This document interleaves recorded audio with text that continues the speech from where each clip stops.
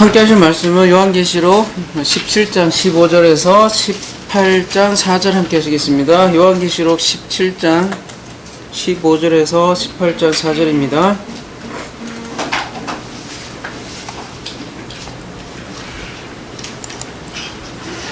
한 절만 읽을게요. 좀 기니까. 또 내가 들으니 하늘로부터 다른 음성이 나서 이르되 내 백성아 거기서 나와 그의 죄에 참여하지 말고 그가 받을 재앙들을 받지 말라.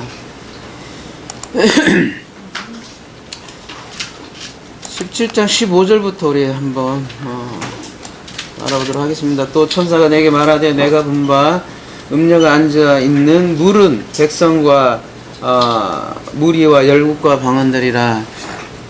계시록 17장 1절에는 이 음녀가 어디에 앉아 있었다고 그랬죠?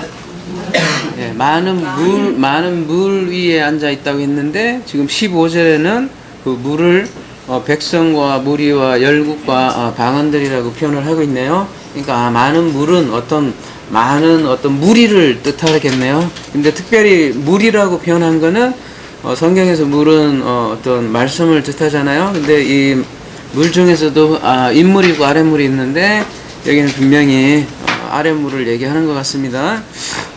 그러니까 비질레 무리들을 이렇게 표현을 합니다. 비질레 무리들 위에 앉아있는 음녀의 모습을 그리고 있다고 우리가 할 수 있겠습니다. 16절 네가 본 바 이 열불과 짐승은 음녀를 미워하여 망하게 하고 벌거벗게 하고 그의 살을 먹고 불로 아주 사르리라. 열불 짐승에 대해서 우리가 지난주 알아봤는데요. 뿔이라는 것은 무엇을 상징한다고 그랬었죠? 예, 힘, 권세 이런 걸 상징한다고 그랬잖아요. 그래서 십계명 이런 것도 열뿔이니까요. 10은 뭘 상징합니까? 십계명 하면 어떤 계명이란 얘기예요? 단순히 10개의 계명이라기보다는 모든 계명에 다 포함하는 거겠죠. 그래서 이제 아브라함도 열국의 아버지다 이러면은 10개의 국가의 아버지라는 뜻인가요? 그게 아니라 모든 국가의, 모든 나라의 아버지라는 뜻이겠죠. 이처럼 10이라는 것은 어떤 모든 것을 나타냅니다. 그래서 짐승이 10뿔을 가졌다는 것은 모든 권세를 가지고 있다고 하는 것이죠. 이 짐승이 가진 권세를 10뿔로 그래서 표현을 했는데 뭐라고 할 수 있을까요? 구체적으로 십계명, 율법, 성전, 오늘날 우리 시대로 얘기하면 성경 이런 것들이 모두 10뿔이 될 수 있어요, 여러분. 근데 이 큰 음녀가 이 10뿔 짐승을 타고 있었다고 합니다. 지난주에. 이 타고 있었다는 말은 무슨 뜻일까요? 둘이가 긴밀한 관계가 있어서 관계가 있다는 거죠. 근데 열불과 하나가 됐다는 거는 교회가, 음녀는 결국 타락한 교회죠. 율법과 하나가 돼서 권세를 행한다라는 뜻이 되겠죠.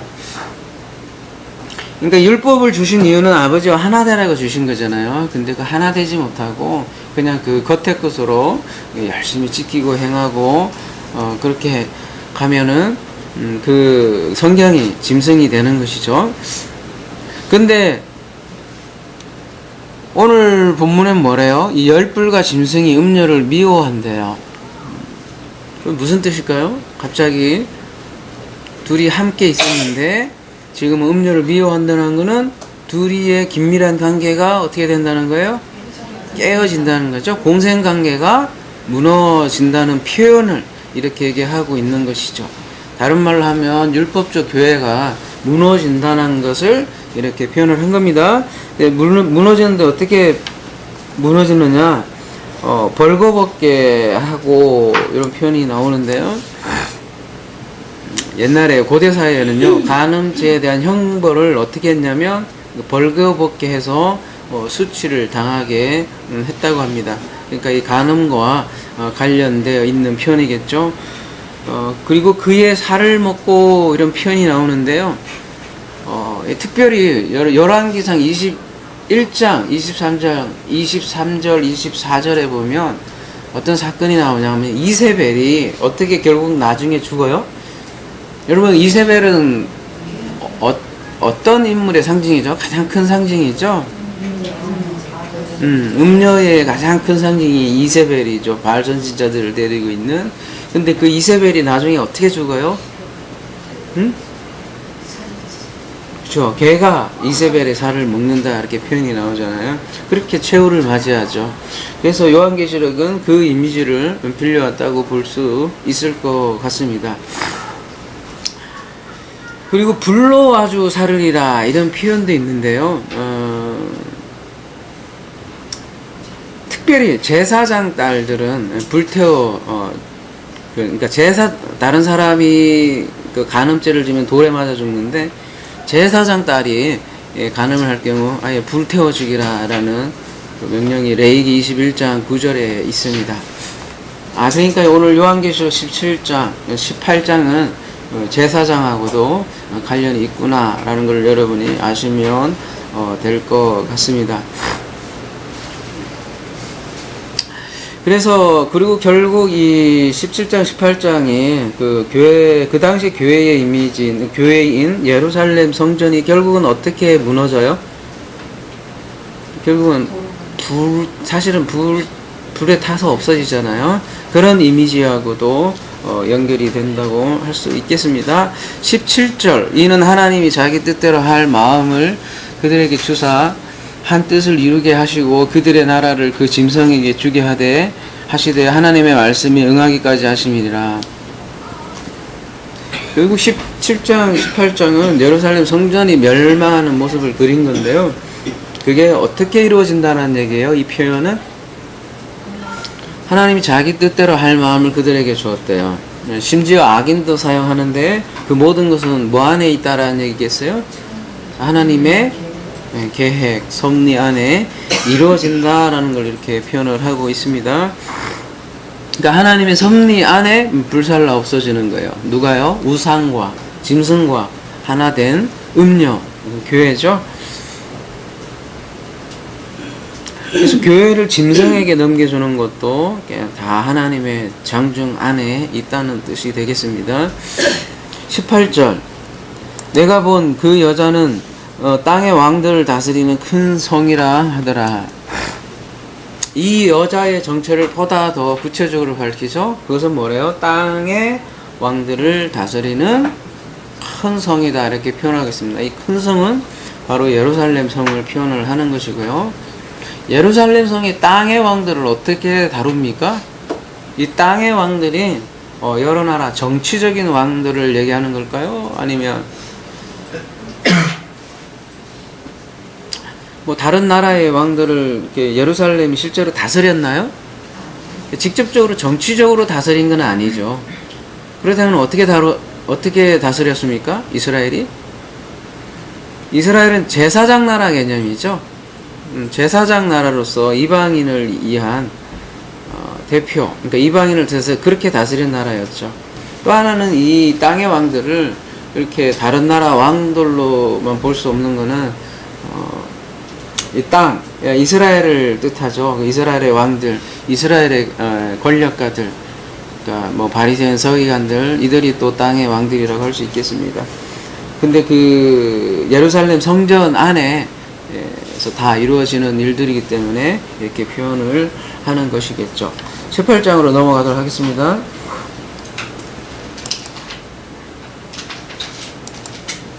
이 일 후에 다른 천사가 하늘에서 내려오는 것을 보니 큰 건설을 가졌는데 그의 영광으로 땅이 환하여졌더라. 이건 누구일까요? 다른 천사가 하늘에서 내려오는 것을 보니 큰 건설을 가졌는데 그의 영광으로 땅이 환해졌다고 합니다. 이 다른 천사는 누구일까요? 어떻게 해서 그렇게 말씀을 할 수 있을까요? 환해지니까요. 네, 봅시다. 요한복음 3장 13절 하늘에서 내려온 자 곧 인자 외에는 하늘에 올라간 자가 없느니라. 이게 똑같은 표현에 나오죠. 하늘에서 내려왔다라고 그러죠. 인자가. 31절 가볼게요. 이로부터 오시는 이는 만물 위에 계시고 땅에서 난 이는 땅에 속하여 땅에 속한 것을 말하느니라. 하늘로부터 오시는 이는 만물 위에 계시나니. 예수님 자신이 위에서 왔다고 이렇게 표현을 많이 하십니다.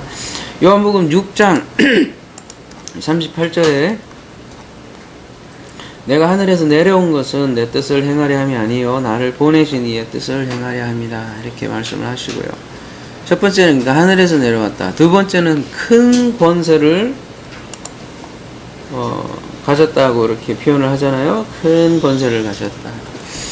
요한복음 17장 2절에서 아버지께서 아들에게 주신 모든 사람에게 영생을 주게 하시려고 만민을 다스리는 권세를 아들에게 주셨음이로다. 이렇게 말씀을 해요.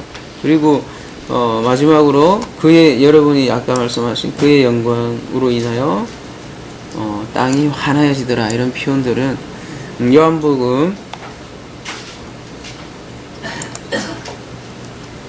1장 4절의 문맥으로 이해할 수 있을 것 같습니다. 그 안에 생명이 있었으니 이 생명은 사람들의 빛이라 빛이 어둠에 비치되 어둠이 깨닫지 못하더라. 요한복음 8장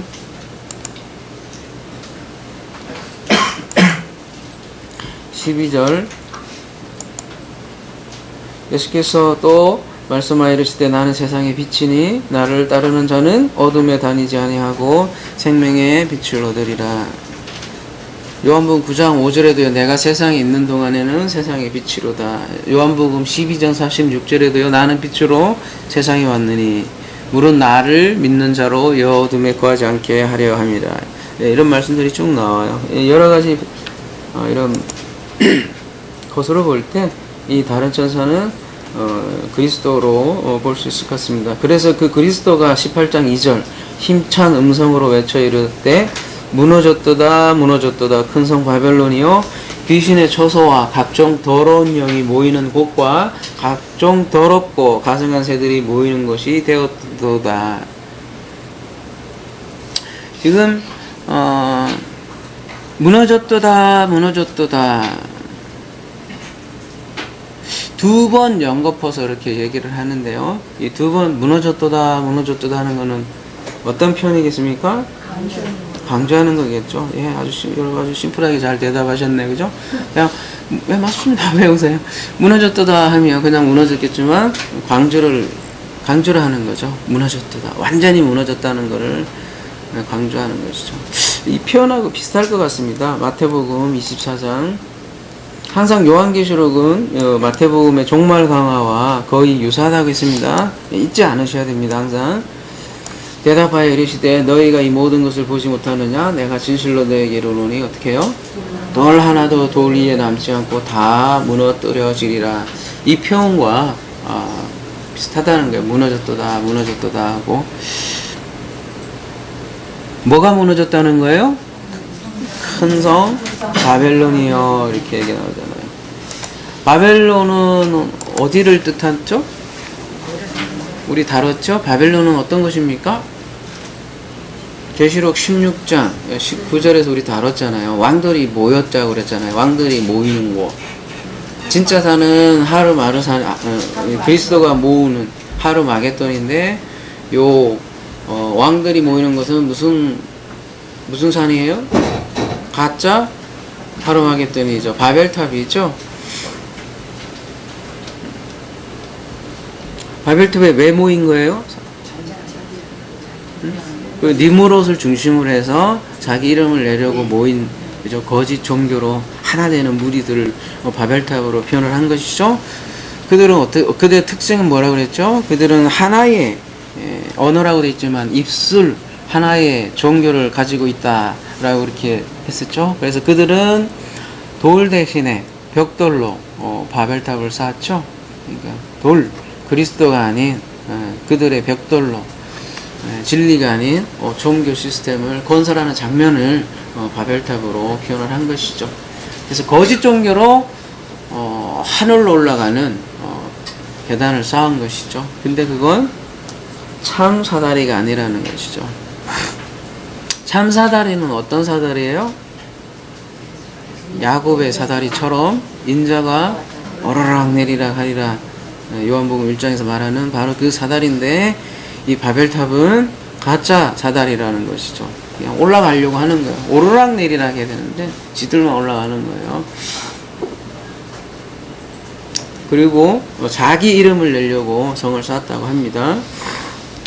근데 하나님이 주신 이름이어야 돼요. 근데 자기 이름으로는 안 됩니다. 그래서 이들 이름과 좀 다른 이름을 소개하려고 일부러 앞에 바벨탑 사건이 창세기 이제 11장을 배경으로 앞에 두고 12장부터 누가 나와요? 아브람을 소개하는 것이죠. 그래서 다른 이름을 주려고 이제 아브람을 불러서 새롭게 역사를 전개해 나가죠. 그래서 하나님은 그런 거짓 시스템을 흩어 버리시는 것이죠. 무너졌도다. 저 바벨탑을 깨어 부수고 마게돈으로 모으기 위함이죠. 그래서 아브람이죠. 아브람을 어디에서 불러내세요? 그게 바벨론이잖아요. 우르가 바벨론에 있잖아요. 우르에서 나오게 했죠. 롯은 소돔에서 나와야 했고요. 이스라엘은 애굽에서 나와야 했습니다. 왜요? 이스라엘은 애굽에서 왜 나왔어야 돼요? 오늘 본문에 의하면 첫 번째 뭐래요? 바벨론은 뭐래요? 귀신의 처소. 둘째는 더러운 영이 모이는 곳이고, 세 번째는 각종 더럽고 가증한 새들이 모이는 곳이다. 이렇게 얘기를 하고 있습니다. 여기 새들이 모이는 곳이 되었도다 이러는데, 여기 기노마이라고 동사를 쓰고 있는데요. 되었다라는 거죠. 처음부터 이런 것이 아니었다라는 말이죠. 그런데 나중에 이렇게 귀신의 처소가 되었다는 것이죠. 귀신의 처소가 되었다는 말이 무슨 뜻일까요? 그 바벨론 성, 그러니까 예루살렘 성에 들어가면 그 안에 귀신들이 꽉 찼단 얘기예요? 하고 이런 애들이 그냥 잔뜩 들어가 있어갖고, 우리 흔히 왜 깜깜한 밤에 되면 왠지 으스스한 그런 거 있잖아요. 그런 영들이 예루살렘 성전에 가면 가득 가득 그런 걸까요? 우리 이 더러운 영에 대해서는 이미 다루었죠. 더 이상 얘기 안 해도 여러분 잘 아시죠. 어디서 우리가 다루었었죠? 응? 그렇죠. 여러분 개구리 귀신 어떻게 얘기한 것 같은데 맞았나요? 제가 귀가 제대로 들은 건가? 네, 계시록 16장에 보면 또 내가 봄에 개구리 같은 새 더러운 영이 용의 입과 짐승의 입과 거짓 선지자 입에서 나오니 그들은 귀신의 영이라 이렇게 표현을 하잖아. 여기 이때 다뤘지요. 이때 더러운 영, 그리고 그 더러운 영이 뒤에는 뭐래요? 귀신의 영이다 이렇게 얘기해요. 다이몬이 있네요. 이거 여기서 다뤘듯이 용의 입, 짐승의 입, 거짓 선지자 입에서 새 더러운 아가달토스 푸뉴마가 나온대요. 푸뉴마가. 그래서 입이 강조됐다고 했잖아요. 입은 말하는 건데, 그러니까 용, 짐승, 거짓 선지자의 입에서 나오는 말이 무슨 말이다? 더러운 말인데 그거를 더러운 푸뉴마라고 푸뉴마 아가달토스라고 얘기를 하는 거예요. 그러니까 더러운 말이 귀신인 거예요. 좀 성경적 개념이 좀 다르죠. 일반적으로 얘기하는 귀신하고. 그 더러운 영을 14절에서는 그래서 귀신의 영이라고 표현을 하고 있는 것이죠. 거짓 선지자의 말이 귀신의 말이에요, 여러분. 그러니까 쉽게 얘기해서 거짓 선지자들이 그러면 뭐예요?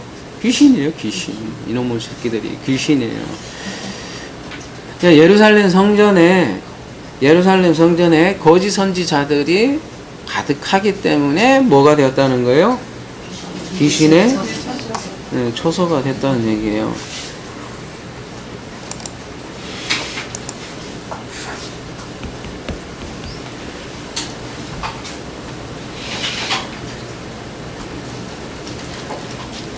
그래서 신약에 들으면 갑자기 귀신 얘기가 많이 나오잖아요. 특별히 예수님께서 복음 사역을 하고 병 고치는 사역도 많이 하고, 또 귀신도 고치는 장면이 많이 나오잖아요. 뭐 7귀신 들린 막달라 마리아도 고쳐주시고, 군대 귀신 집힌 자를 고쳐주고, 이런 많은 귀신들을 치료하면서 그 복음을 그러니까 복음을 가르치신 거죠. 이런 귀신을 쫓아내는 장면을 통해서 복음을 알려주는, 그러니까 귀신을 쫓는 장면은 표적이죠. 표적으로 고쳐주신 거죠. 예수님께서 그 귀신 얘기를 좀 해주신 거 한번 볼까요? 마태복음 12장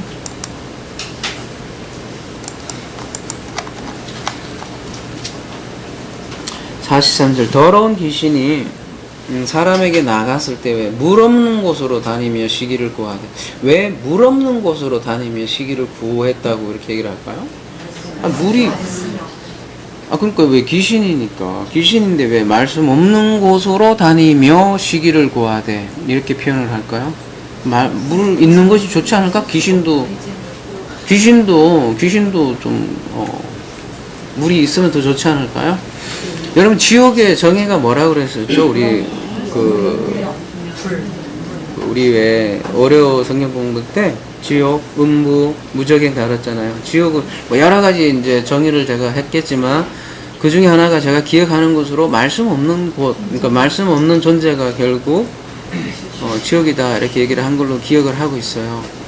그러니까 물 없는 곳으로 다녔다는 거는 말씀이 없는 곳으로 다녔다는 거죠. 그러니까 거꾸로 얘기를 하면 귀신은 말씀이 없는 곳에 사는 존재구나 이렇게 알 수 있겠죠. 그러니까 말씀이 없으면 그곳은 뭐가 되냐? 그것이 귀신의 초소가 된다는 거예요. 고기가 바로. 그리고 두 번째로 각종 더러운 영이 모이는 곳과 이렇게 되어 있는데요. 뭐 사실 비슷한 말이죠. 거의 아까 귀신의 초소나 각종 더러운 영이 모이는 곳이나. 요한복음 6장 63절에 의하면 그 말이 영이라고 했으니까요. 더러운 말.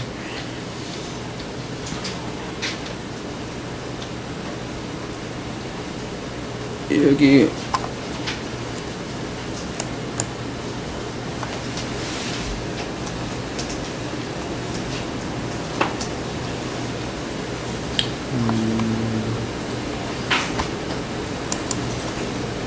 이 절이었나? 그 아가달토스 이제 자꾸 더러운 하니까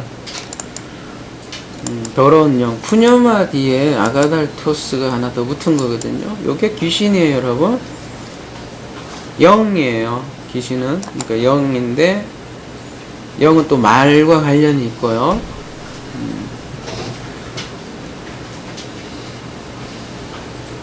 푸뇨마 아가달토스라고 되어 있어요. 근데 아가달토스 한번 보시면 1번은 여기 부정불변사라고 되어 있잖아요. 얘는 부정사예요. 이렇게 반대 플러스 뭐라고 되어 있어요? 2508 뭐라고 되어 있어요? 정결하다. 2508 가볼게요. 그러면 2508 요거의 반대란 얘기예요. 쉽게 얘기해서 하다이로 깨끗하게 하다인데, 이것도 2513에서 유래했다고 이렇게 되어 있잖아요. 그러니까 하다로스 뭐라고 했어요? 깨끗한, 정결한의 반대예요. 그러니까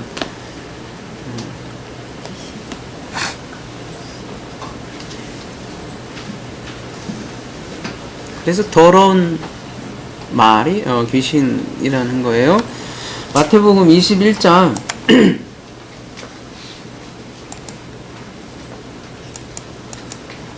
더러운 말이 자꾸 모이면 어떻게 되냐면 이런 것이 돼요.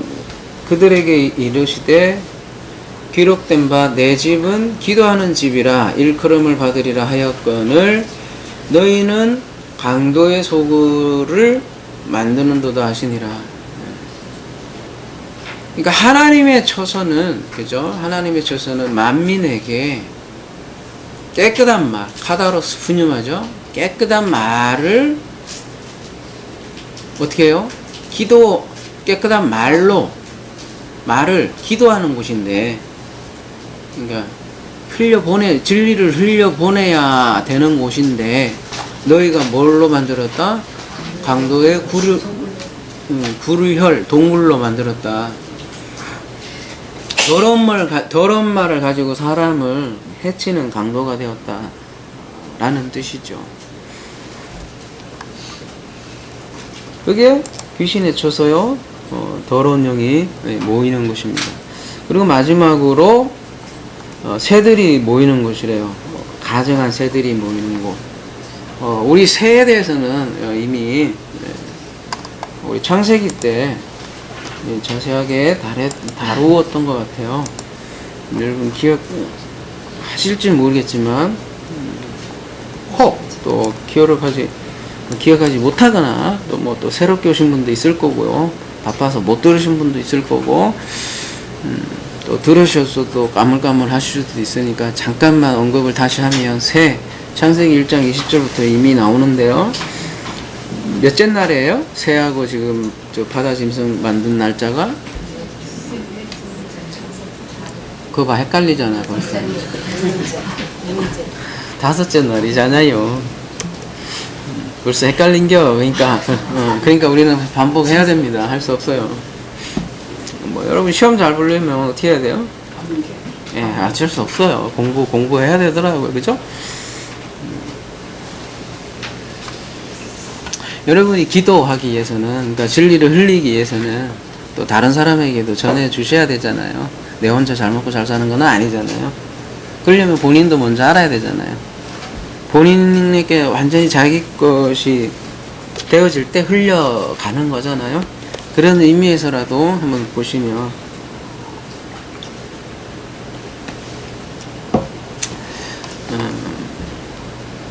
창세기 1장 때 이 새, 이거 가봅시다. 창세기 1장 20절.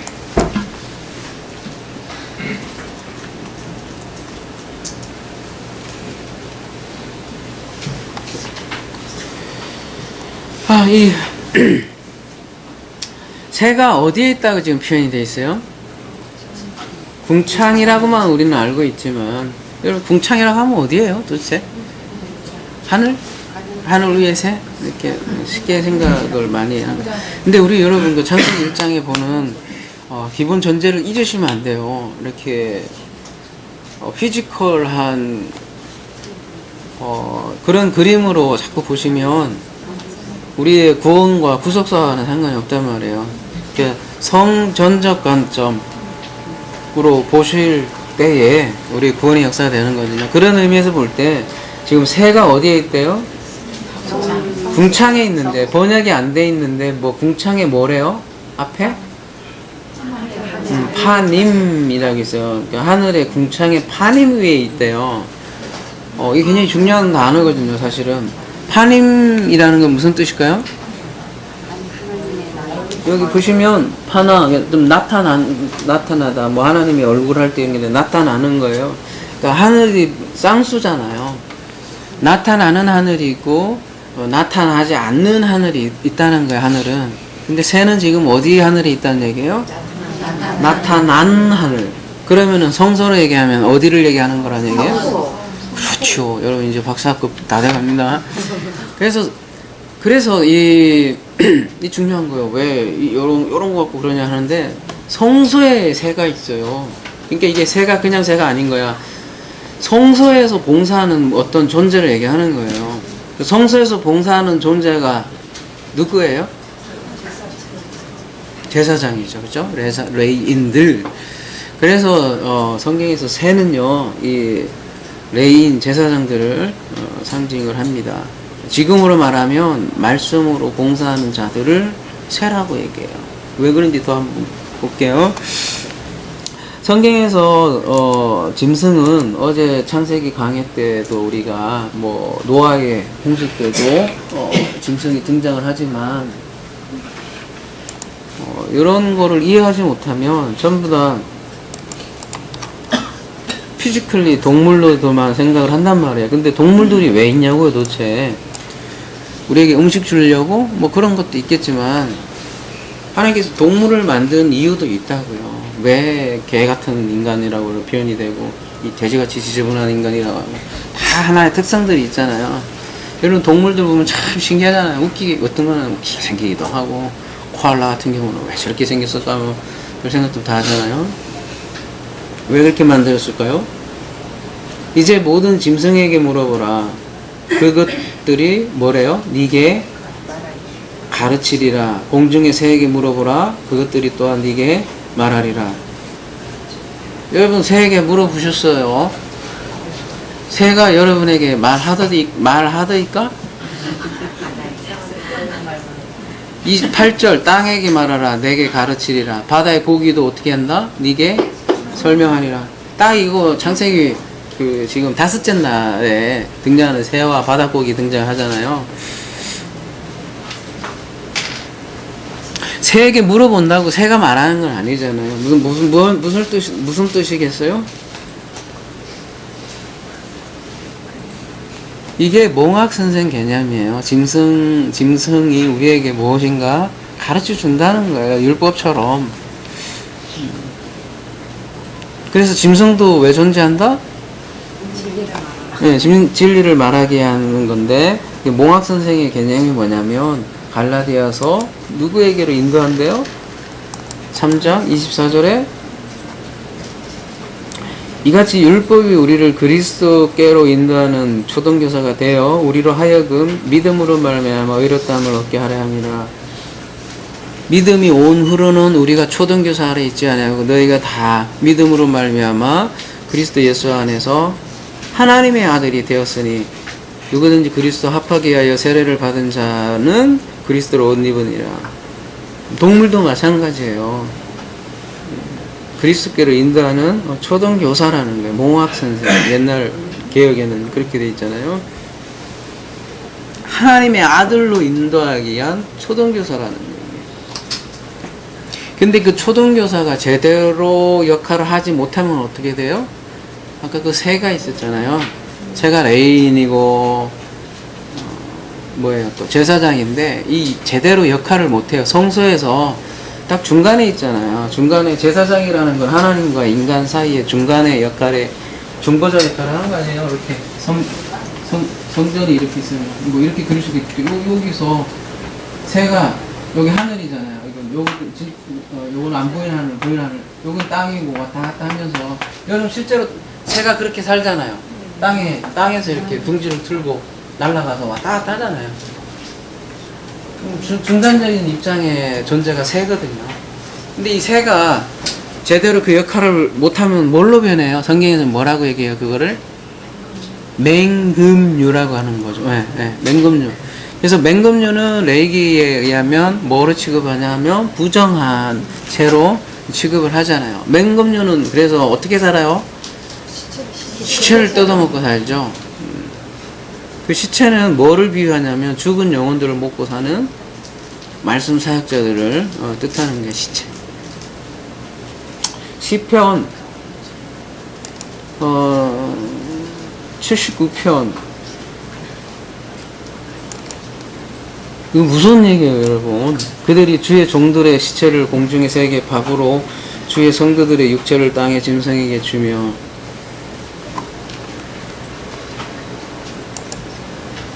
마태복음 24장 28절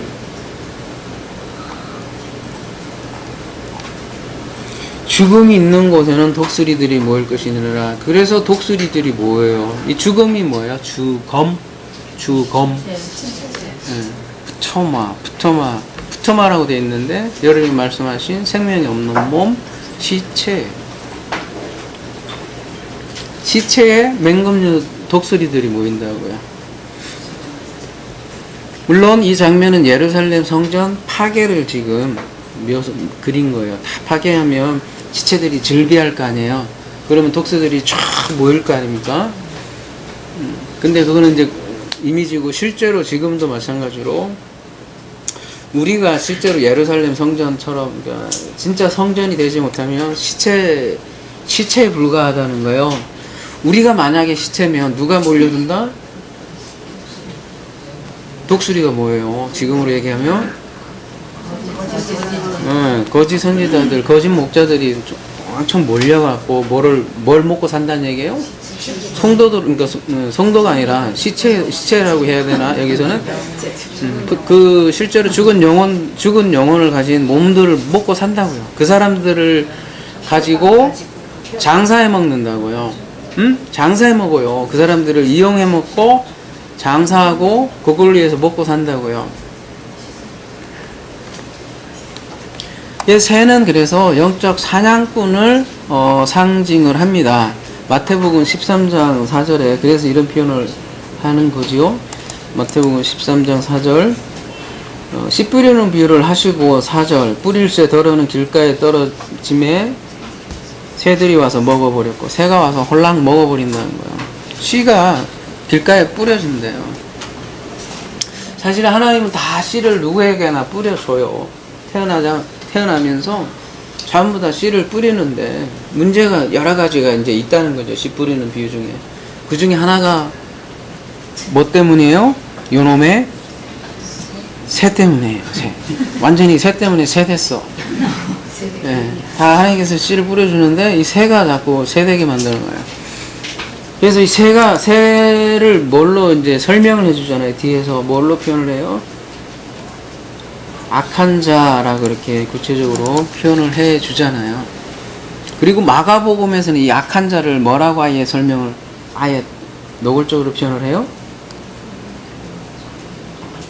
마가복음 가볼게요. 4장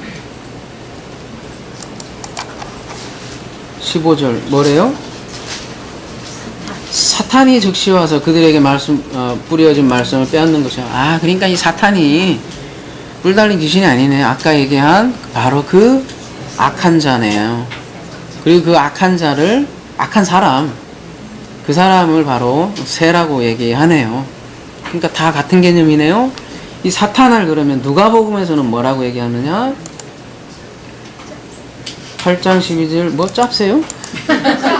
누가복음 8장 12절 길가에 있다는 것은 말씀을 들은 자니 이에 마귀가 가서 여기는 누가복음에서는 마귀라고 표현하네요. 그러니까 똑같은 개념이네요. 새, 악한 자, 사탄, 마귀 다 사람이에요. 하나님은 대적하는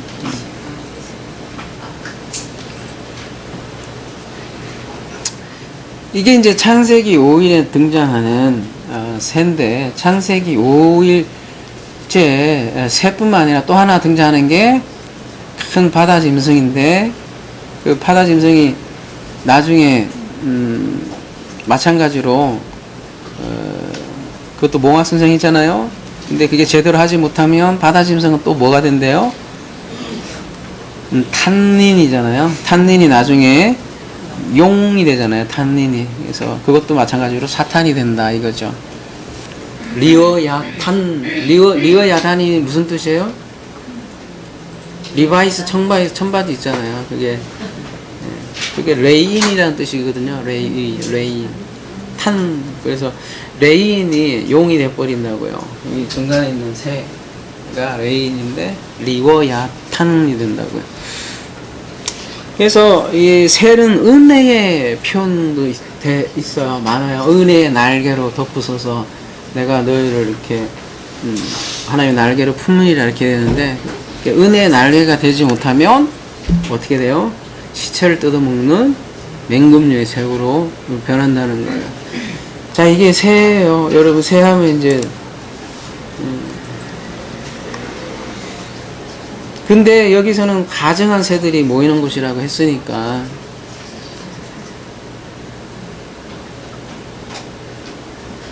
어떤 장면이에요? 이 성전에 누가 모여 있다는 얘기예요 지금? 예, 다 그 얘기죠. 예. 거짓 선지자들은 뭐를 하는 사람들이에요? 맨날 거짓말하는 사람들이에요? 성경에서 얘기하는 거짓 선지자는 도대체 뭘 하는 거예요?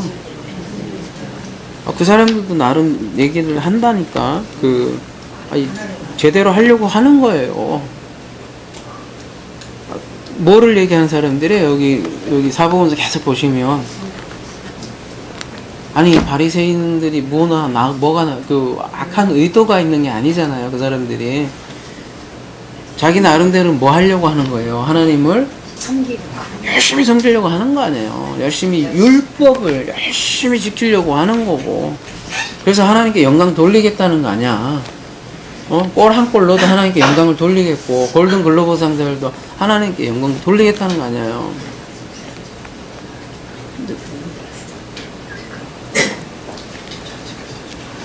아니, 그런 사람들이에요. 그런 사람들을 사탄이라고 그런다 이거예요.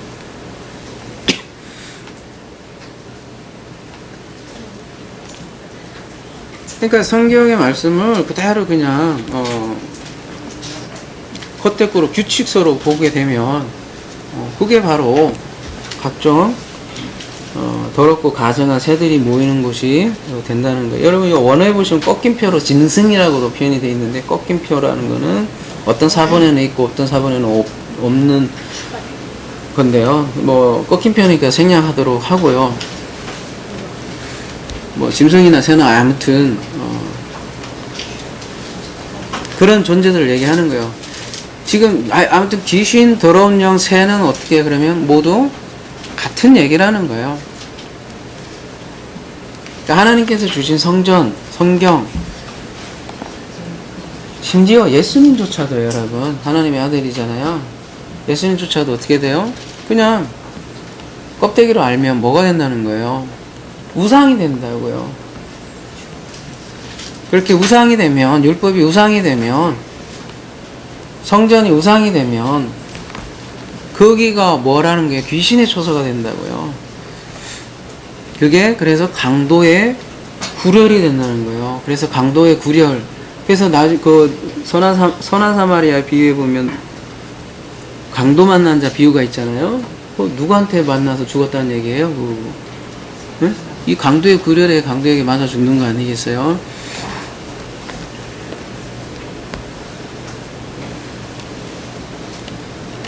귀신은 사람들이 죽은 사람의 혼, 이 정도로 자꾸 생각을 하는 것 같아요. 사전에 그렇게 돼 있으니까.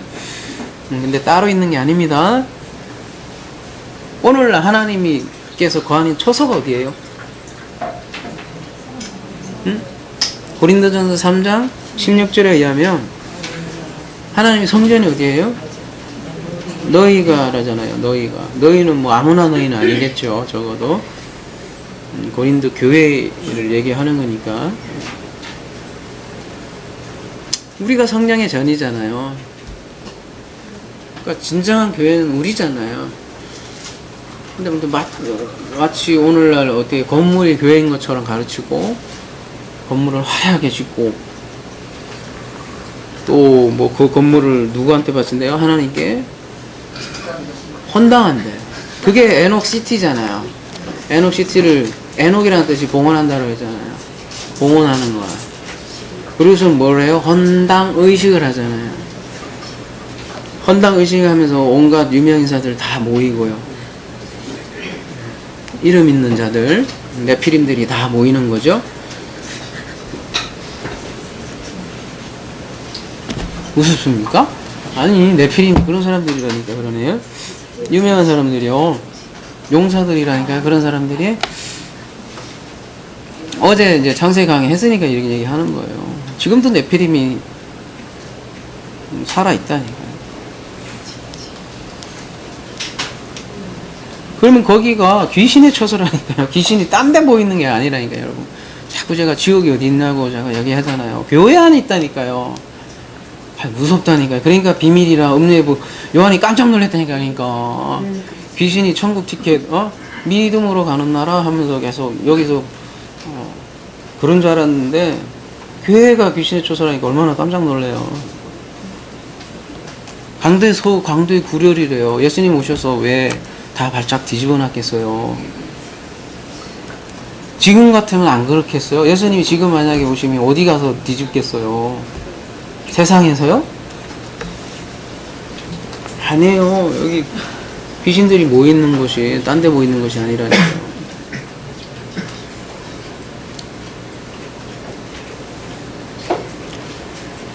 여기 처소라고 돼 있잖아요. 귀신의 처소. 필라케라고 돼 있는데요. 이게 감옥이에요, 감옥. 예, 원어로 확인해 보시면 귀신의 초소라고 있는 게 필라케인데, 예, 초소하면 그냥 이렇게 단순히 이렇게 모여 있는 곳 이 정도 느낌 있는데 감옥인 거야. 참 묘한 뉘앙스죠. 그러니까 자기네들이 다 좋아서 모인 거잖아요. 열심히 하나님께 충성하고 지키고 봉사하고 드리고 잠옷 뿌듯함 이라고 자부하는 그곳이 사실은 뭐래요? 지금 감옥이래요. 감옥. 감옥이 뭐예요? 다른 말로 그게 지옥이에요. 지옥이 다른 곳에 있는 게 아니에요. 그래서 큰 바벨론 성에 있다는 거예요. 그래서 펄펄펄 살아있다고요. 지옥이 어디 있냐고 자꾸 묻지 마시고, 펄펄펄 살아있는 곳이 지옥이에요. 거기에 불못이 끈다고요. 불못이. 뿔이 뭐예요? 물 없는 곳이 불못 아니에요. 그래서 예수님께서 비유로 얘기를 하시는 거라고요. 게헨나가 뭐예요? 성전에 가장 가까이 있는 곳이 게헨나 있잖아요. 희생제사만 드리는 동물의 내장이 다 타는 것이 게헨나 아니에요. 그러니까 지옥이 성전과 관련이 있지.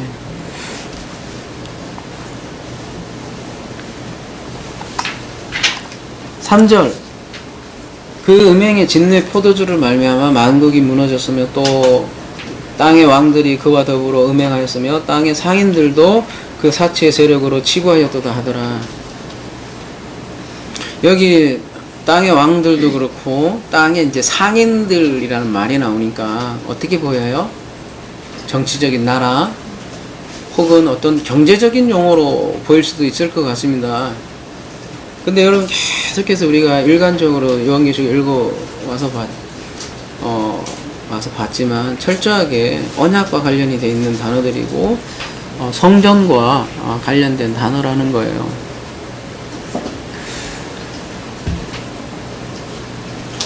근데 지금 그 음행의 포도주로 말미암아 만국이 무너졌다라고 되어 있는데요.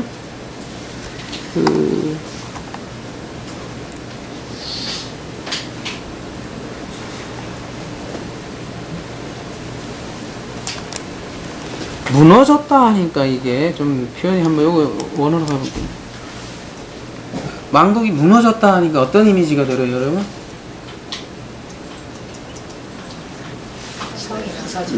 나인완완 테러처럼 이게 막 이제 여기 이제 상인들이 사치의 세력으로 치부했으니까 21세기 자본주의 뭐 이렇게 사치가 심하니까 이제 만국이 싹 무너진다. 그러니까 나인완완 사건이 일어나니까 봐라 이제 징조가 일어났다. 세계는 경제 공황이 일어나면 다 무너질 거다 이렇게 생각을 많이 하는 것 같아요. 왜 창세기 18장 3장을 해놨냐? 이게 정신이 없네.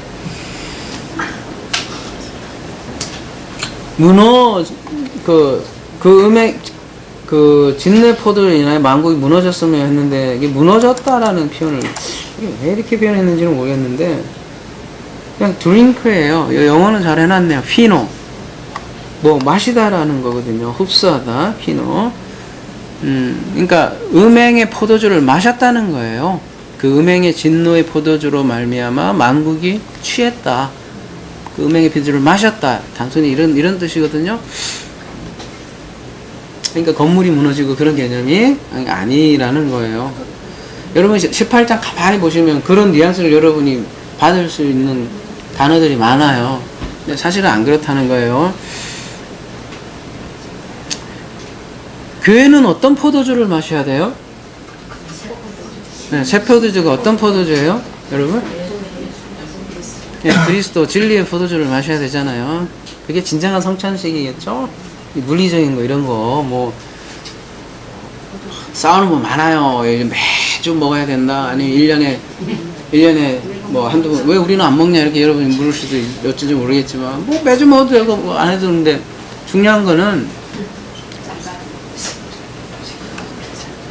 여러분 이거를 물을 마셔도요. 여러분 물을 마시면서도 그렇게 진리의 말씀을 마시면 우리 한 잔씩 할까요? 이렇게 하는 거예요. 진리 그 자체가 포도주죠. 근데 그리스도라는 포도주, 그러니까 진리라는 포도주를 마셔야 되는데 지금 음료의 포도주에 취해 있다는 거예요. 아까도 말씀드렸듯이 더러운 말, 더러운 비진리의 말로 취해 있다는 거예요. 완전히. 그거를 성경에서 뭐라고 하냐면 음행이라고 그래요. 음행. 어디 교회는 보면 나는 어떤 뭐 가늠했습니다. 이거 자기 고백에서 한 10분, 18분 이게 무슨 짓인지는 모르겠는데 그러면은 자기가 또 이렇게 다 사해지는지 모르지만 그 다음날 또 그럴걸. 근본이 해결 안 되는데 뭐. 근데 아무튼 그런 거를 음행이라고 생각하는지 모르지만 그거는 그냥 겉으로 나오는 현상일 뿐이에요. 더 근원적인 거는 성경에서 말하는 거는 그 안에 진리가 없기 때문에 나타나는 다 일어나는 현상이다. 현상. 어제 창세기 강의도 되겠지만 양파의 껍데기일 뿐이라는 거예요. 안에 것을 해결해야 그 다음 모든 게 같이 일어나는 거죠. 그리고 이 땅의 왕들도 돼 있는데 이 왕들은 어떤 왕들이냐면 스스로 왕된 사람들이에요. 네피림 같은 존재들. 네피림 같은 왕들이 누구와 음행을 해요? 그럼요. 예. 음행을 하잖아요. 그래서 땅의 상인들도 그 사치의 세력을 인하여 치부하였다. 이런 말씀이 나오죠.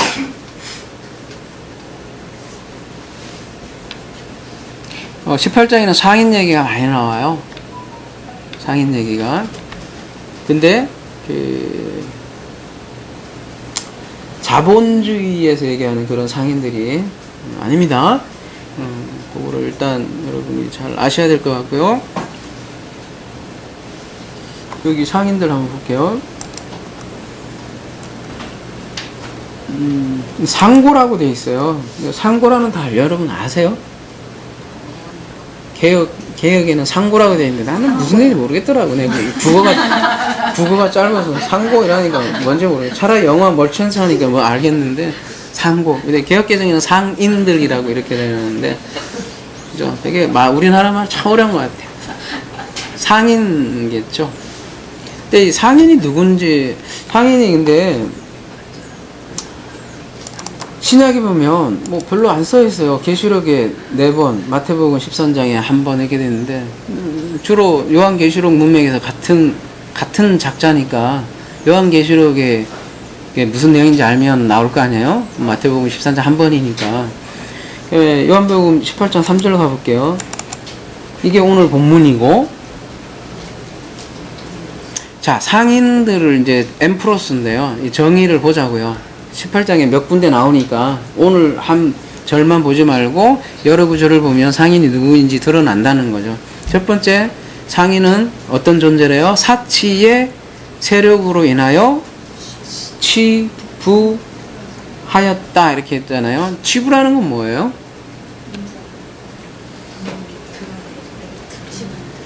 치부가 드러나다 그런 뜻 같지요.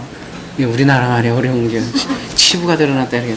부를 쌓았다 이런 얘기예요. 부를 쌓았다, 힘을 갖췄다, 뭐 이런 거. 사치했다, 호색했다, 뭐 향락했다 이런 뜻인데 부를 쌓았다라는 거예요. 부를 치부하였다 이렇게. 그럼 그 사치의 세력에는 뭘까? 누가 부를 쌓았을까요? 당시에? 그러니까 이렇게 생각하시면 돼요. 성경의 배경을 여러분이 잘 이해하신다면 지금 이 시대하고는 다르다고요. 지금은 누가 치부를 해요? 네? 목사들은 다 그렇지 않죠. 목사들이 돈 많이 벌어봐야 얼마나 지가 해봐야 10억, 100억이겠죠. 아무리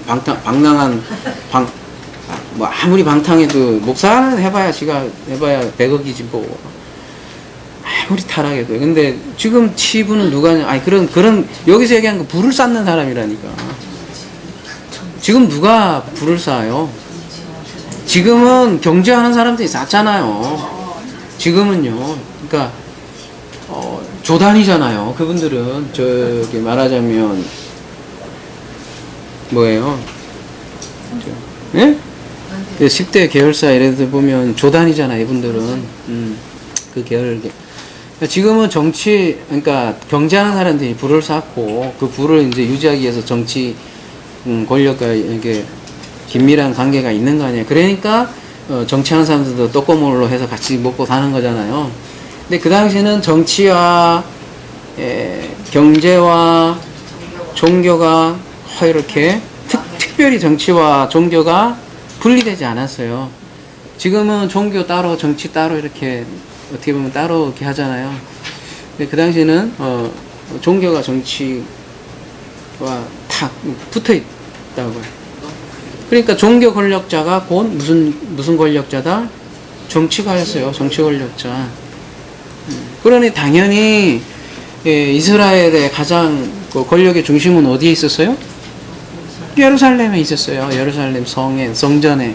그래서 성전에 대제사장 하면 끝발이 장난 아니죠. 왜 아니, 그 끝발이 어느 정도인지 한번 계속 한번 알아봅시다. 18장 11절. 땅의 상고들이 그를 위하여 울고 애통하는 것은 다시 그 상품을 사는 자가 없음이니라. 이렇게 얘기하잖아요. 땅의 상인들이 왜 울었대요? 그 상품을 사는 자가 이제 없어진 거예요. 왜요? 상품을 어디다 팔았다는 얘기예요, 그러면? 큰 성 바벨론에 팔았다는 거네. 그죠? 그러니까 그 큰 성 바벨론이 무너졌으니까 거기에 상품을 팔 사람이 없으니까 막 울 거 아니에요. 그러니까 이 엠프로스 상인은 뭐라는 얘기예요? 성전에 물건을 파는 사람들이었겠죠? 예. 아, 그렇잖아요. 예. 지금같이 무기상 뭐 이런 사람들도 아니고, 요즘은 뭐 이거 스마트폰 파는 사람들이 돈 많이 벌겠지만,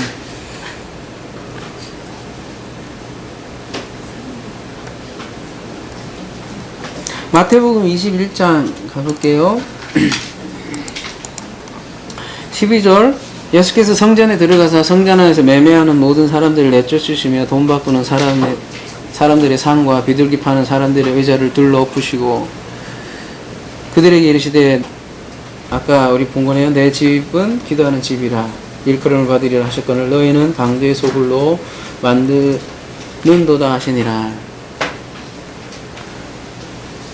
그 누가복음 16장 14절에는 이런 말의 표현이 되어 있어요. 바리새인들은 돈을 좋아하는 자들이라. 이렇게 하고서 그 다음에 부자와 나사로 비유를 하는 거죠. 그 부자는 바리새인들을 이렇게 염두에 두고 하는 얘기죠. 왜 이런 얘기를 하느냐면요. 바리새인들은 왜 돈을 좋아하느냐 이런 말을 하냐면요. 그리고 왜 예수님이 이렇게 다 뒤집어 엎느냐 이런 걸 하냐면, 그때 이 성전 안에는 상점들이 있었는데 다 누구의 소유였어요? 대부분? 네, 바리새인의 대빵은 또 누구예요? 대제사장인데 그 대제사장의 가족들이 다 소유를 독점을 했어요. 특히 이방인의 뜰에는 이 대제사장 가족들에서 이렇게 후원을 받는 희생제물이라고 해야 되나요? 그 희생제물로 사용되는 그 동물의 거래가 굉장히 번창을 했는데요. 그 먼 지방에서 오잖아요. 사람들이 끌고 오잖아요. 소하고 양하고 끌고 오면 어떻게 해요? 도장을 찍어준다고요. 뭐 인친다 하잖아요. 도장을 찍었는데 무슨 도장을 찍어버려요? 브라키를 팍 찍어버려. 그러면 어쩔 수 없이 뭘 사야 돼요? 성전에 있는 그 소와 양을 사야 되는데, 그러면 자기가 가지고 온 그 희생제물을 어떻게 해야 돼요? 다시 갖고 갈 거예요? 헐값에 팔아요. 이렇게 하기 위해서. 근데 웃긴 거는 그 사람이 다시 산 그 재물이 무슨 그 재물인 줄 알아요? 그 전에 헐값으로 누군가 판 그 재물을 자기가 다시 사는 거야. 말하자면 희생제물 돈 세탁처럼 희생제물 세탁이지. 그러니까 이게 아주 땅 짓고 헤엄치기 돈 버는 거죠. 웃긴 거예요. 이해되시죠? 자기 거 싼 값으로 파는데 비싼 값으로 산 게 옛날에 다 자기가 싼 값으로 준 것처럼 다시 그러고 되팔고 하는 거야. 그러니까 뭐 아주 아주 쉽게 돈 버는 거죠. 그러니까 부와 권력을 다 줄 수밖에 없고 그럴 수밖에 없죠.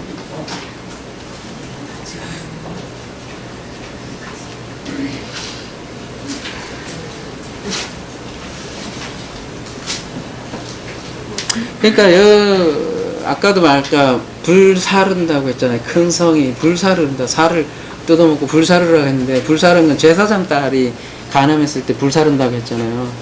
그러니까 이 상인은, 여기에서 상인은 일반 그냥 잡상인 그런 걸 이렇게 표현하는 게 아니라 계시록에서 지금 얘기하는 엠프로스는 그 제사장 그 계열들을 얘기하는 거예요. 그 다음에 계시록 18장 15절에 보면 바벨론을 인하여 지부한 이 상품의 상고들이 그 고난을 무서워하여 멀리 서서 울고 애통하며 이렇게 되어 있네요. 여기는 15절에는 바벨론으로 인하여 불을 쌓았다고 아예 그 사체 세력이 누군지 분명하게 언급을 하고 있죠. 그 다음에 23절은 뭐라고 되어 있냐면 뭐라고 되어 있어요? 등불빛이 결코 다시 내 가운데서 비치지 아니하고 신랑과 신부의 음성이 결코 다시 내 가운데서 들리지 아니하리로다. 너의 상고들은 뭐래요? 땅의 왕족들이라. 아, 여기는 아예 그냥 땅의 상고들은 뭐래요? 땅의 왕족들이라. 땅은 이스라엘의 왕족들이라. 네, 이렇게 표현하는 것이죠. 그러니까 단순한 상인이 아니라 이스라엘의 누구란 얘기예요? 왕족이란 얘기는 거꾸로 종교 권력가들이다. 이렇게 얘기를 하는 거죠. 그리고 특별히 13절에 무슨 얘기를 나오냐면, 이게 왜 종교 권력자들이냐면, 요한계시록 18장 13절에 보면 여러 가지, 이제 이거는 오늘 할 내용은 아니, 다음 주에 해야 되지만, 쭉 상품의 목록들이 다 나와요. 막 되게 많이 나와요. 그 중에 되게 많이 나와요. 이게 진짜 뭐 이런 보석이 우리 21세기 그런 보석인 것 같지만 사실은 안 그래요. 다 성전에 쓰이는 것이고, 특별히 눈에 띄는 거는 여기 보세요. 13절에 사람의 영혼들까지 장사를 한다는 거예요. 이 종교 권력까지. 어떻게 사람들의 영혼들을 이렇게 장사를 할 수가 있죠? 마태복음 23장 15절. 하이스트린저 외식하는 서기관들과 바리새인들이여, 너희는 교인 한 사람을 얻게 하여 바다 육지와 두루 다니다가 생기면, 바다 육지를 두루 다니다가 교인 한 사람 얻기 위해서 생긴대요. 지금도 마찬가지죠. 시큰 돌아다니는 거야. 새생명 축제하고 별 축제 다 해서 시큰 두루 다니다가 하는 짓이 생겨. 그러면 너희보다 배나 더 지옥 자식이 되게 하는도다. 다 몰아놓고 거기가 뭘로 만든 거야? 지옥불 끓게 만든다는 거죠. 그게 사람의 영혼을 교육했다. 이렇게 얘기를 하는 거예요.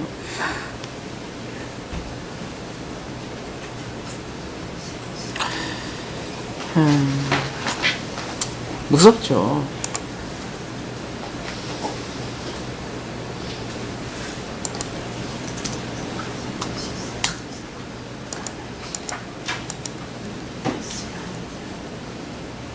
사치의 세력이라고 그래요. 그거를 막 돈이 많아서 그런 게 사치라는 거 한번 봅시다. 돈만이 문제가 아니에요. 돈도 물론 돈도 많이 몰렸겠지만, 성경에서 말하는 궁극적인 사치는 그런 뭐냐면은, 여기는 힘, 이렇게 수고 이렇게 돼 있는데요.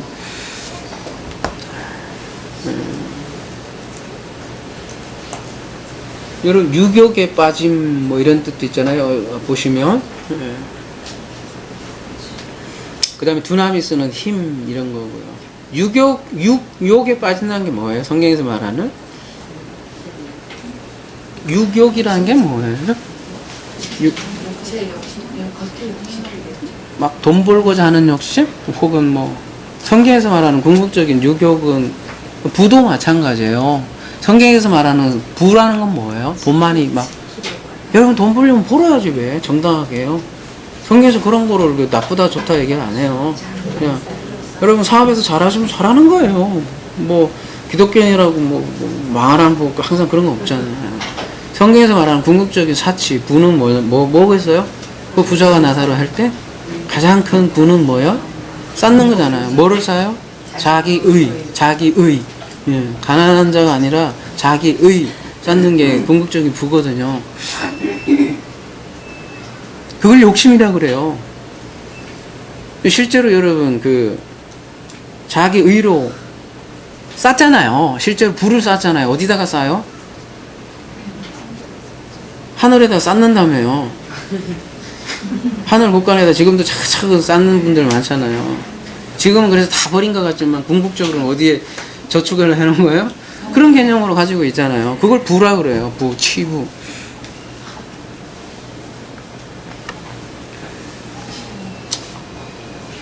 4절. 그러니까 이런 이유 때문에 큰 성 바벨론은 무너져야 되는 거예요. 무너지니까 어떻게 해야 돼요? 무너지는데 가만히 있을 거예요? 또 내가 들으니 하늘로부터 다른 음성이 나서 이르되 내 백성아 거기서 나와 그의 죄에 참여하지 말고 그가 받을 재앙들을 받지 말라. 나오래요. 바벨론에서요. 그래서 그 바벨론의 죄에 참여하지 말라는 거예요.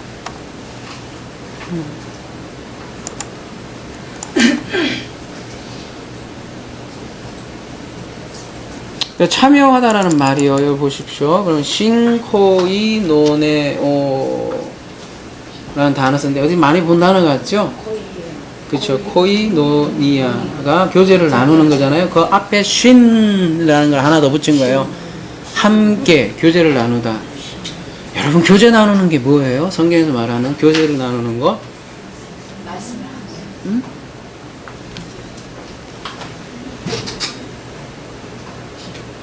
차 마시는 거?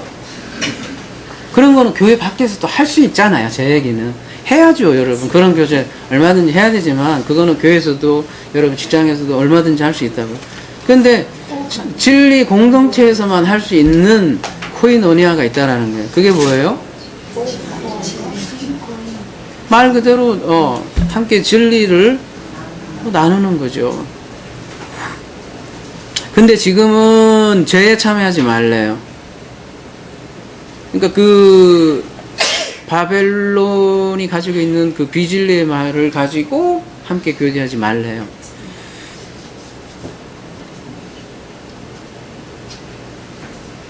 아니 그 더러운 말, 더러운 용이 있는 가정한 새들이 있는 곳인데 그러면 더러운 말로 가득 차 있을 거 아니에요. 근데 그 말을 여전히 서로 나누고 있으면 그게 바벨론의 죄에 참여하고 있는 것이죠. 그러한 곳으로부터 어떻게 하래요? 나오래요. 근데 나오라 그런다니까? 성경에서 그렇게 얘기해요. 근데 여러분 저에게 많은 분들이 전화가 많이 와요. 유튜브를 보고 은혜 많이 받았습니다. 그러면 내가 다니는 교회에 진리가 없고 난 이제 더 이상 앉아있지 못하겠어요. 근데 어떻게 하죠? 저는 아들들이 있고 그동안 제가 낸 부조만 해도요 집 한 채 사는데 이거 나오게 되면 아니요 진짜 있어요. 저에게 상담하신 분들이 나오게 되면 나 아무 그지 같은 느낌이 들고 또 나 여기 사업을 하는데요 이 사업이 전부 우리 교인들과 다 연결이 되어 있기 때문에 그런 상태도 못 나오는 분들도 있고 어떤 분들은 내가 다니는 교회에 성가대가 너무 좋대. 근데 성가대 시간만 좋대. 그리고 말씀 시간 되면 미치겠대. 어떻게 해야 돼요? 이렇게 질문하시는 분들이 진짜 많아요. 그럴 때 제가 좀 깝깝하더라고요. 그냥 나오라고 할 수도 없고 그냥 있으라고 할 수도 없고 당신이 진리를 알면 그럴 경우 그러니까 아는 만큼 당신이 행동할 거다.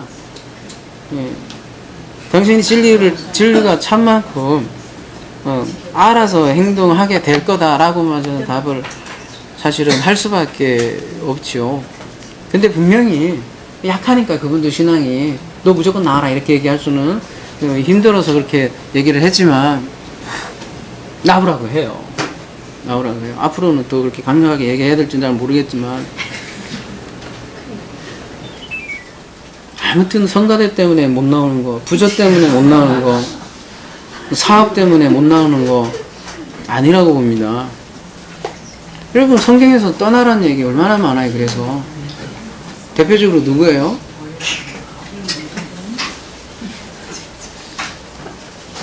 창세기 12장 1절에 아브라함에게 그 유명한 말 어떻게 해요? 고향과 친척과 그 아비 집을 떠나라고. 떠나라고. 왜 떠나요? 새로운 땅을 주겠다는 거 아니에요.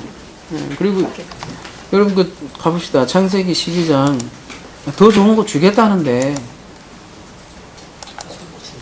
여기 보면요. 창세기 12장 1절에서 3절까지 보면요.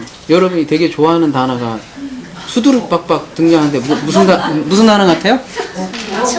잘하시네요. 몇 번 나와요? 지금 보니까 한글로 봐도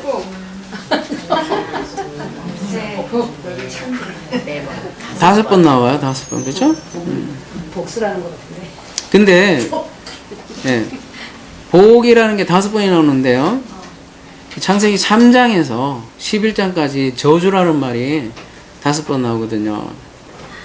그리고 이 창세기 12장 앞에는 아까 바벨탑 사건이 나오잖아요. 그 바벨탑의 저주를 역전시킨다는 그 그림으로 지금 아브라함을 부르는 거거든요. 아브라함에게 약속하는 장면이잖아요. 이게 한마디로 아브라함이 약속한 게 뭐예요? 한마디로 얘기하면 너의 씨, 한 씨를 통해서 모든 민족이 복을 받을 거다. 모든 민족이 복을 받을 거다. 그 얘기하는 거잖아요. 새해 복 많이 받으세요. 이렇게 얘기하잖아요. 복이 뭐예요, 여러분? 복이 뭐예요? 여러분 복 좋아하신다면서. 돈 많이 버는 건 저주예요, 여러분. 아니, 저주라기보다 잘못하면 저주돼요. 성경에서 말하는 복은 뭐 세상에서 얘기하는 복은 오복이잖아요. 치약 괜찮고, 그죠? 잘 죽고. 잘 죽는 것도 진짜 뭐. 근데 그거보다 더 커가, 그것도 복이죠. 얼마나, 나도 그러고 싶어. 잘 죽는 게 소원이에요. 진짜. 아니, 잘 죽는다는 건 일찍 죽고 늦게 죽는 거 떠나서, 좀 오랫동안 진짜 그러다가 죽는 게 아니라 그냥 아들 불러서 우리 같이 그 면담할 정도로 아마 한 달만 앓다가 죽는지 이게 제가 이상적인 거 아니겠어요? 근데 성경에 말하는 거 더 웅장하다고요. 복이 뭐예요? 성경에서 말하는 복이? 영생이라고 시편 133장 3절에 얘기하잖아요. 하나님의 복은 영생이다. 영생을 약속한 거잖아요. 근데 그 영생을 위해서 아브라함에게 떠나라 얘기한 거라고요. 그 영생은 근데 어떻게 가르치느냐? 그리스도를 통해서 영생을 가르쳐 주는 거고요.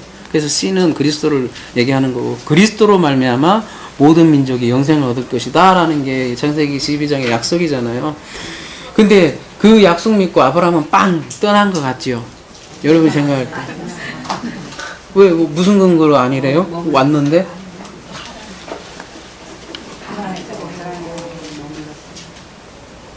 여러분 11장 31절에 보시면요, 창세기 11장 31절에 보시면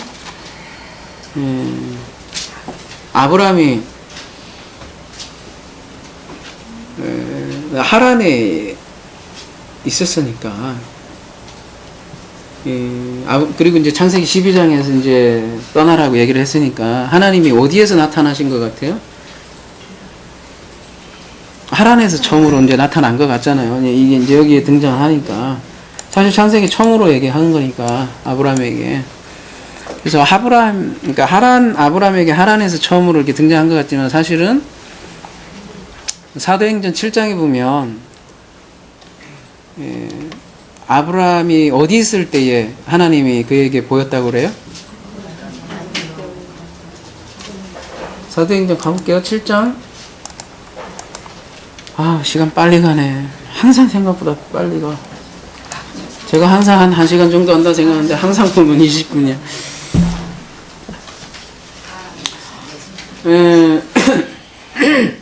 아브라함이요. 2절에요.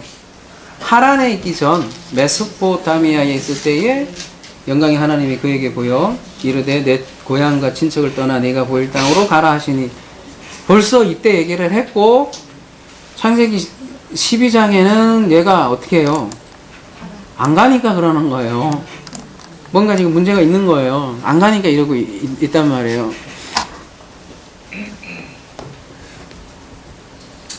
여러분 우르라는 땅이 어떤 땅이에요? 그 바벨탑이 있던 곳이라고 했잖아요.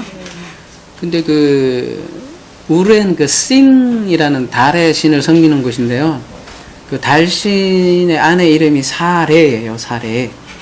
근데 아브라함의 아내 이름이 뭐예요? 사레잖아요. 똑같아요. 그래서 아브라함도 그러니까 사레도 우상 숭배하는 조상들이 지어준 이름이죠. 그리고 아브라함의 아버지도 우상 숭배자였고요.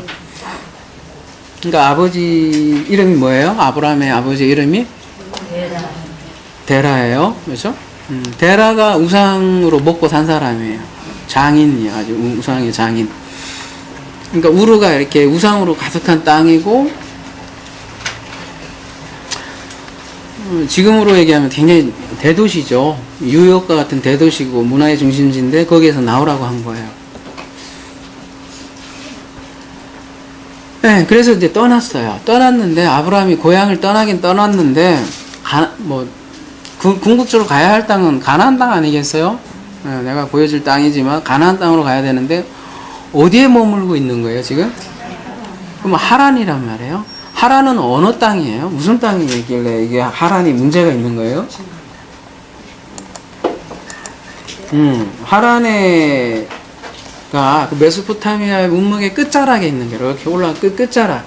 강이 하나 있고 그 강을 건너가야 이제 가나안으로 가는 거죠. 이제 지금이야 뭐 그런 게 별거 아닌지 몰라도 옛날 사회 고대인들에게 강을 넘는 거는 죽음을 불사하는 거예요. 전혀 다른 세계에 입문하는 거죠. 지금으로 얘기하면 남한에서 북한 넘어가는 그 심정일 거예요. 아마 그 정도로 힘든 일이라고요. 사실 생각보다.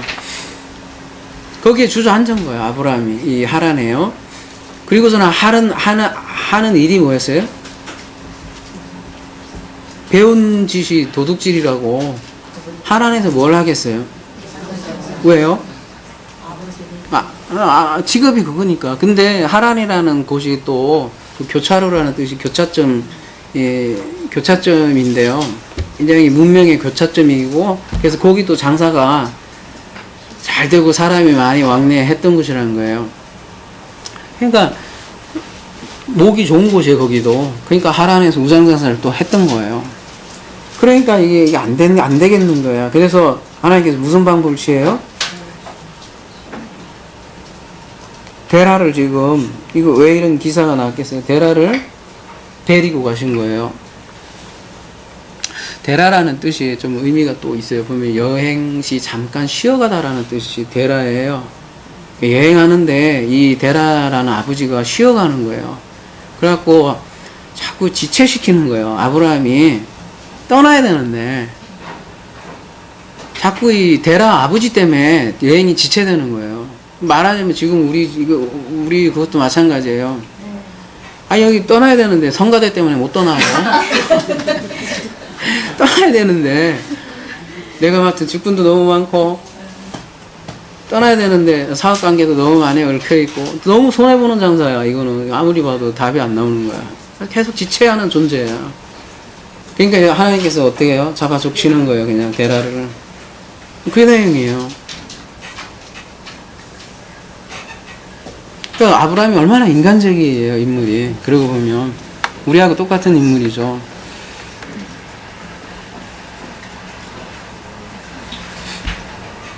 그래서 신앙은 떠나는 거예요. 진짜 떠나는 거예요. 그래서 출애굽 얘기가 그렇게 많이 나오잖아요. 그래서 내가 알고 있는 전부인 줄로 생각하고 전부인 줄 알았던 것, 알고 믿었던 모든 것들로부터 떠나는 것이 신앙이에요. 아브라함만 그렇습니까? 이삭도 떠났죠.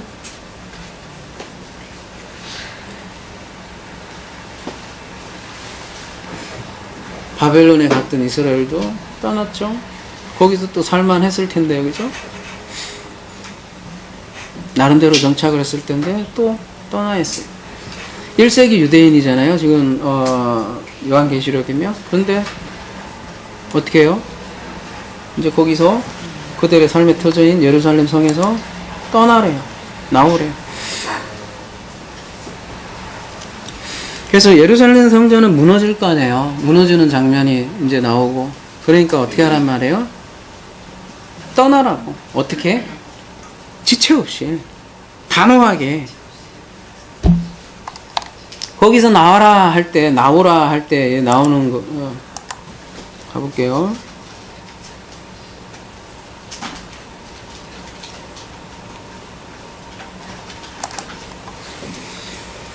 명령법인데 과거예요. 좀 안 맞잖아요. 응? 명령법인데 과거에 이런 경우는 단호하고 시급하게 하는 명령이라고 얘기를 합니다. 그럴 때 쓰는 시제라고 그래요. 나오래요. 단호하게. 그래서 마태복음 24장하고 여러분 요한계시록은 항상 연결되어 있다고 했습니다. 잊지 말으셔야 돼요. 이런 문맥에서 이제 이런 게 이해가 되시려렵니까? 그때의 유대에 있는 자들은 산으로 도망할지라 지붕 위에 있는 자는 집 안에 있는 물건을 가지러 내려가지 말며 밭에 있는 자는 버섯을 가지러 뒤로 돌이키지 말지어다. 그날에는 아이 뵌 자들과 젖 먹이는 자들에게 화가 있으리로다. 너희가 도망하는 일이 겨울에나 안식일에 되지 않도록 기도하라. 이는 그때 환란이 있겠습니다. 창세로부터 지금까지 이런 환란이 없었고 후에도 없으리라. 여러분 자세하게 설명을 이전에 지금 요한계시록의 말씀하고 똑같아요. 백성들아 거기서 나오라. 뒤를 돌아보지 말고 단호하게 나오라. 그럼 떠나면은 대가 지불이 필요하다라는 거예요. 그거를 이렇게 표현들을 다 하는 거예요. 산으로 도망하라. 물건을 가지고 도망가지 마라. 뒤로 돌아보지 말고 나와라. 예수님도 이런 말씀 똑같은 말씀 하잖아요. 누가복음 14장 26절 물은 내게 오는 자가 자기 부모와 처자와 형제와 자매와 더욱이 자기 목숨까지 미워하지 아니하면 능히 제자가 되지 못하고 그만큼 결단을 요구하는 표현이죠. 굉장히 예수님의 도전적인 화법의 전형이죠.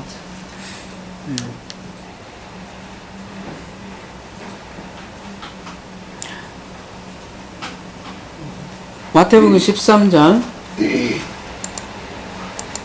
44절 천국은 마치 밭에 감춘 보화 같으니 사람이 이를 발견한 후 숨겨두고 기뻐하며 돌아가서 자기의 소유를 다 팔아 그 밭을 사느니라. 여러분 천국을 발견한 자는 어떻게 한대요? 판대요. 예, 해석의 디테일한 걸 떠나서 대가 지불을 한다는 거예요. 무엇이 소중한지 알기 때문이죠. 예? 아니 국가시락이 좀 그거 소중하신 분한테 미안하지만 여러분 부조가 중요해요. 영생이 중요해요. 심각한 문제라니까요. 근데 부조 때문에 못 떠난다는 게 이게 죽겠잖아요. 그 장면이 이 장면이나 똑같다고요. 창세기 19장 24절 여호와께서 하늘곧 여호와께로부터 요한과 불을 소돔과 고모라에 비같이 내리사 그 성들과 온 들과 성에 거주하는 모든 백성과 땅에 난 것을 다 엎어 멸하였더라. 롯의 아내는 뒤를 보았으므로 소금기둥이 되었더라. 하고 자꾸 뒤로 돌아보는 거예요.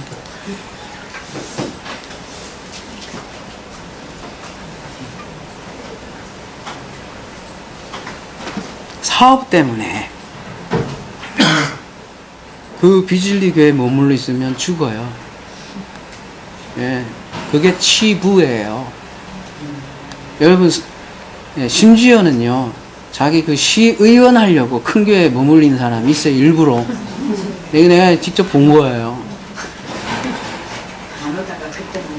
그렇죠. 잘, 생전 안 오다가. 그때만 오시는 분들도 있고. 그런 분들이 어떻게 해? 무엇이 소중한지를 스스로 증명을 하잖아요. 복음은 하찮은 것이고 정치 시즌에만 나타나는. 그래서 하나님께서는 우르에서 떠나라 그렇게 얘기를 하고 하란강을 건너라 이렇게 얘기를 하시잖아요. 이 말씀이 계시록에서 뭐래요? 거기에서 나오라. 거기에서 나오라. 여러분 건너면 죽을 것 같지요? 근데 건너야만 만날 수 있는 진리가 있답니다. 그리고 건너고 보면 그곳에 진정한 안식이 있다는 것을 건너본 사람은 알 것입니다. 건너기 전에는 죽을 것 같아요. 근데 건너고 보면 내가 다 팔아도 아깝지 않은 엄청난 보화를 발견하게 된다는 것이죠. 말씀을 정리할게요. 오늘날 많은 교회가 영혼을 장사하고 있어요. 영혼을 죽이는 강도의 소굴이 되어버린 것이죠. 그 강도의 소굴인데 그걸 만약에 발견했다면 뭐가 아쉬워요? 그걸 발견했으면 떠날 줄 알 거예요. 발견 못했으면 계속 거기서 잘 살고 잘 먹고 잘 사십시오. 그러면 그것이 나중에 지옥인 것을 알게 될 것입니다. 근데 알았다면 나오세요. 근데 알고서도 안 나온다면 그건 뭐예요? 모르는 거예요. 말로만 그러는 거지. 그래서 이 명령은 요한의 시대에서 오늘 제목 강도의 소굴에서 나오라. 요한의 시대에만 얘기하는 게 아니라 어느 시대나 울리는 하나님의 눈물의 호소입니다. 이런 눈물 어린 하나님의 호소를 듣고 이 떠남에 귀한 복이 있기를 기도합니다.